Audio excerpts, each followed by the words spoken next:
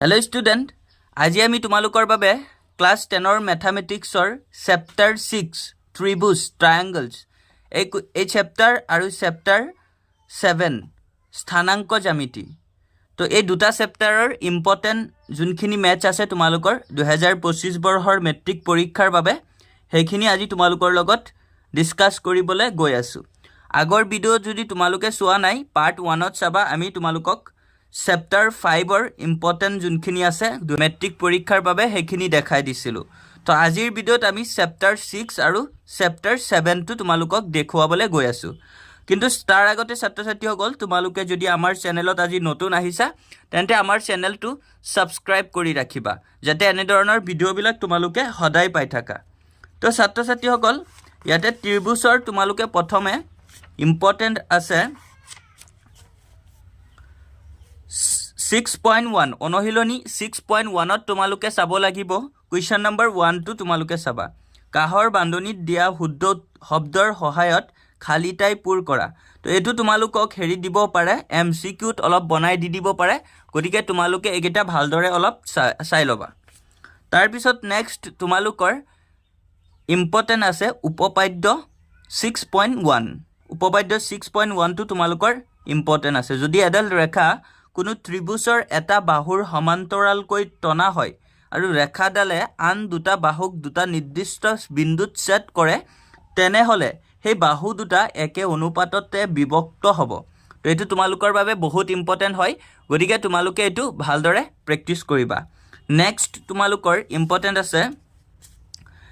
উপপাদ্য 6.2 যদি এডাল ৰেখাই এটা ত্ৰিভুজৰ যিকোনো দুটা বাহু একে অনুপাতত ভাগ কৰে তেনেহলে সেই ৰেখাডালৰ তৃতীয় বাহুৰ সমান্তৰাল তো এটো তোমালোকে ভালদৰে প্ৰেক্টিস কৰিবা এটো ইম্পৰ্টেন্ট আছে নেক্সট তোমালোকৰ বহুত ইম্পৰ্টেন্ট হৈছে এক্সাম্পল 1 উদাহৰণ 1 যদি এডাল ৰেখাই ত্ৰিভুজ ABC আৰু AB আৰু AC বাহু ক্ৰমে D আৰু E বিন্দুত ছেদ কৰে আৰু ৰেখাডাল BC ৰ সমান্তৰাল তেন্তে প্ৰমাণ কৰা যে AD by AB equals to AE by AC তো এটো তোমালোকৰ বহুত ইম্পৰ্টেন্ট হয় তোমালোকে ভালদৰে এটো প্ৰেক্টিস কৰিবা নেক্সট তোমালোকৰ ইম্পৰ্টেন্ট আছে উদাহৰণ 3 এক্সাম্পল 3 টো তোমালোকৰ বহুত ইম্পৰ্টেন্ট হয় তো তাৰ পিছত আমি আহিছো অনহিলনি 6.2 তো 6.2 ত তোমালোকৰ কোৱেশ্চন নম্বৰ 1 টো চাবা কোৱেশ্চন নম্বৰ 1 টো ইম্পৰ্টেন্ট হয় আকৌ তোমালোকৰ ইয়াতে বেছি ইম্পৰ্টেন্ট হয় question number 3 question number 4 question number 5 and question number 9 তো এই চাৰিটা তোমালোকৰ 6.2 ৰ পৰা বেছি ইম্পৰ্টেন্ট হয় question number 2 আৰু question number 6 7 8 এই চাৰিটা তোমালোকে কৰিব নালাগে একিটা কেতিয়াও নাহে আৰু ইয়াতে অলপ ইম্পৰ্টেন্ট আছে question number 10 2 question number 10 A B C D চতুৰ্ভুজটোৰ কৰ্ণ দুডালে পৰস্পৰক O বিন্দুত এনে ভাবে সেট কৰে যে AO by BO is equals to CO by DO দেখুৱা যে ABCD এটা ট্ৰেপেজিয়াম তো এটো কিন্তু তোমালোকৰ বহুত ইম্পৰ্টেন্ট হয় গতিকে তোমালোকে এটো ভালদৰে প্ৰশ্নটো বুজি পেলাই তোমালোকে প্ৰেক্টিস কৰিবা এটো কিন্তু তোমালোকৰ আহি যাব পাৰে আৰু একিটাও তোমালোকৰ ইম্পৰ্টেন্ট হয় question number 3 question number 4 question number 5 and question number 9 তাৰ পিছত নেক্সট আমি আগবাঢ়িছো নেক্সট তোমালোকৰ ইম্পৰ্টেন্ট আছে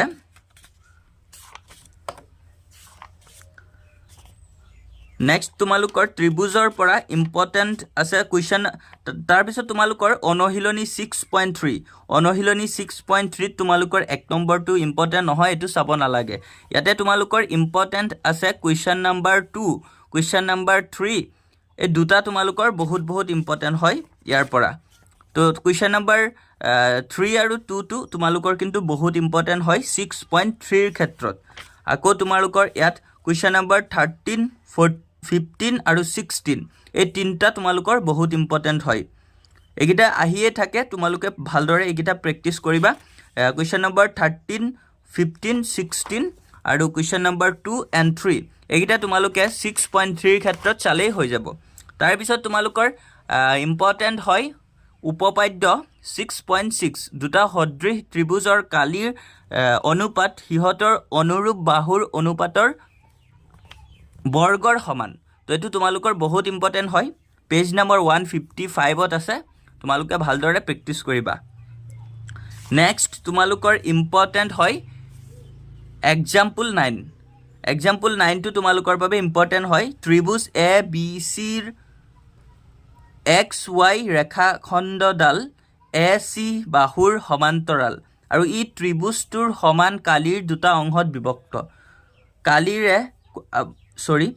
অংশত বিভক্ত কৰিছে AX/AB অনুপাতটো উলিওৱা তো এটো তোমালোকৰ ইম্পৰ্টেন্ট হয় তোমালোকে ভালদৰে প্ৰেক্টিছ কৰিবা নেক্সট কে অনুশীলনী 6.4 ত question number 1 question number 3 question number 4 question number 5 question number 6 question number 8 আৰু কোৱেশ্চন নম্বৰ 9 এগিটা তোমালোকে ভালদৰে চাবা এগুটেগিটা তোমালোকৰ ইম্পৰ্টেন্ট হয় কিন্তু question number 2 and question number 7 এই দুটা তোমালোকৰ চাব নালাগে এই দুটাৰ পৰা তোমালোকৰ নাহে আৰু কোৱেশ্চন নম্বৰ 8 আৰু 9 কিন্তু তেনেকে লং কোৱেশ্চন নহয় এগিটা MCQ টাইপৰ কোৱেশ্চন হয় দিলে তোমালোকক MCQ দিব এই দুটাৰ পৰা এটা দি দিব পাৰে কিন্তু বহুত বেছি ইম্পৰ্টেন্ট হয় কোৱেশ্চন নম্বৰ 1 3 4 5 and 6 এগিটা তোমালোকে ভালদৰে চালে এগিটাৰ পৰা তোমালোকে এটা প্ৰশ্ন পাই যাবা লং কোৱেশ্চন তাৰ পিছত আকৌ তোমালোকৰ ইম্পৰ্টেন্ট আছে উপপাদ্য 6.8 এটো তোমালোকে অলপ ভালদৰে চাবা এটো তোমালোকৰ ইম্পৰ্টেন্ট হয় এটা সমকোণী ত্ৰিভুজৰ অতিভুজৰ বৰ্গ আন দুটা বাহুৰ বৰ্গৰ যোগফলৰ সমান তো এটো তোমালোকে ভালকে প্ৰমাণ কৰিবা এটো প্ৰমাণ কৰিবলৈ দিছে তো এটো ভালকে চাবা তোমালোকে আহি যাব পাৰে নেক্সট তোমালোকৰ ইম্পৰ্টেন্ট হ'ব এক্সাম্পল 13 টো তোমালোকৰ বাবে বহুত ইম্পৰ্টেন্ট সো ভালদৰে এটো প্ৰেক্টিছ কৰিবা তাৰ পিছত নেক্সট আহি গল 6.5 তো অনুশীলনী 6.5 ত তোমালোকৰ ইম্পৰ্টেন্ট আছে question number 2 and question number 4 এই দুটা তোমালোকৰ ইয়াৰ পৰা ইম্পৰ্টেন্ট আছে আৰু বহুত বেছি ইম্পৰ্টেন্ট আছে question number 5 question number 6 question number 7 question number 13 question number 14 and question number 15 তো এইগিটা তোমালোকৰ কিন্তু বহুত ইম্পৰ্টেন্ট হয় এইটা ভালকে চালে ইয়াৰ পৰা তোমালোকৰ এটা লং কোৱেশ্চন তোমালোকৰ কমন আহি যাব কিন্তু কোৱেশ্চন নম্বৰ 15 টো কিন্তু বহুত বাৰ আহিছে ABC সমবাহু ত্ৰিভুজৰ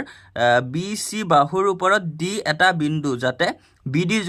1/3 BC প্ৰমাণ কৰা যে 9AD স্কয়াৰ = 7AB স্কয়াৰ তো এটো তোমালোকৰ বহুত বাৰ দিছে গতিকে তোমালোকে ভালদৰে প্ৰেক্টিছ কৰিবা আৰু কোৱেশ্চন নম্বৰ 16 and 17 এগিটা তোমালোকৰ কোৱেশ্চন নম্বৰ 16 টো ইম্পৰ্টেন্ট হয় আৰু 17 টো এটো MCQ টাইপৰ কোৱেশ্চন তো এটো চাবা MCQ দি দিব পাৰে তাৰ পিছত নেক্সট তোমালোকৰ অনুশীলনী 6.6 এটো কিন্তু তোমালোকৰ ইম্পৰ্টেন্ট নহয় ইয়াৰ পৰা কেতিয়াও তোমালোকৰ নাহে গতিকে এটো চাব নালাগে তাৰ পিছত আমি আগবাঢ়িছো চেপ্টাৰ 7 সপ্তম অধ্যায় স্থানাংক জ্যামিতি কোঅৰ্ডিনেট জিওমেট্ৰি তো ইয়াতে তোমালোকৰ ইম্পৰ্টেন্ট আছে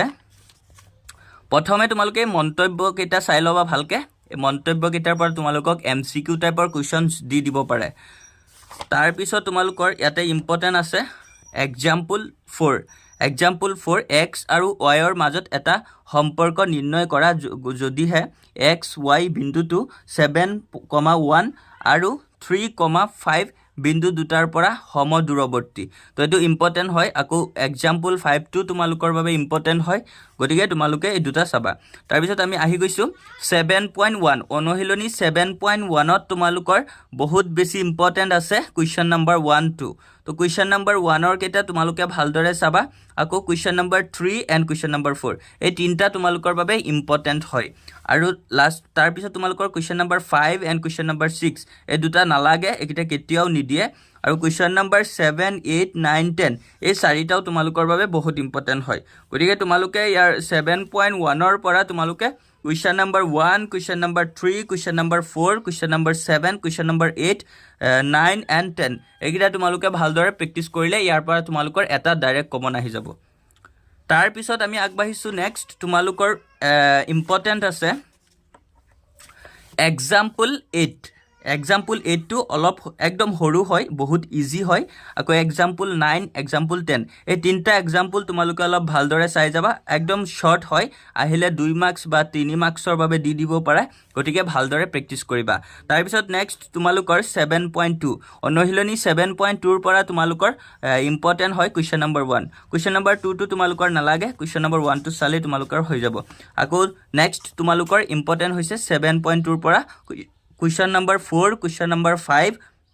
question number 6 and question number 8 and last question number 10 183 পেজত আছে তো তোমালোকে একিটা ভালদৰে চাবা 7.2 একিটাৰ পৰা তোমালোকৰ এটা ডাইৰেক্ট কমন আহি যাব পাৰে তাৰ পিছত নেক্সট তোমালোকৰ ইম্পৰ্টেন্ট আছে example 12 and example 14 আৰু example 15 এই দুটা কিন্তু তোমালোকৰ বাবে বহুত ইম্পৰ্টেন্ট হয় একদম ইজি হয় একদম শৰ্ট হয় তোমালোকে ভালদৰে এবাৰ চালেই তোমালোকৰ মনত থাকি যাব আৰু কোৱেশ্চন নম্বৰ 15 কিন্তু প্ৰিভিয়াস ইয়াৰত বহুত দি আছিল তাৰ পিছত তোমালোকৰ স্থানাঙ্ক জ্যামিতিৰ লাষ্ট অনুশীলনী 7.3 তো অনুশীলনী 7.3 তোমালোকৰ এই তিনটা বেছি ইম্পৰ্টেন্ট হয় question number 2 question number 3 and question number 4 তো তোমালোকৰ এই তিনটাৰ পৰা যদি তোমালোকে এই তিনটা ভালকে প্ৰেক্টিস কৰা এই তিনটাৰ পৰা তোমালোকৰ এটা ডাইৰেক্ট কমন আহি যাব পাৰে আৰু question 1 টো তোমালোকে চাব পাৰা কিন্তু ইমান ইম্পৰ্টেন্ট নহয় এই তিনটাই তোমালোকৰ বাবে ইম্পৰ্টেন্ট হয় আকৌ 7.4 অনুশীলনী একিটা তোমালোকে চাব নালাগে এবিলাকৰ পৰা কেতিয়াও প্ৰশ্ন নাহে গতিকে তোমালোকে আজি আমি এই ভিডিওটো তোমালোকক দেখুৱাই দিয়া দুটা চেপ্টাৰৰ যিখিনি তোমালোকক ৰেড কালাৰে ৰাউন্ড কৰি দিছো একিটা তোমালোকে অলপ ভালদৰে চাবা আৰু একিটা চালে তোমালোকৰ কিন্তু মেট্ৰিক পৰীক্ষাত প্ৰশ্নখিনি তোমালোকৰ কমন আহি যাব পাৰে আৰু ছাত্ৰ-ছাত্ৰী সকল তোমালোকৰ যদি কিবা ডাউট থাকে আমাক কমেন্টছত হুদিবা আমি যিমান পাৰো তোমালোকৰ ডাউট বিলাক ক্লিয়াৰ কৰিবলৈ ট্ৰাই কৰিম আৰু তোমালোকৰ নেক্সট কোন কেইখন চেপ্টাৰ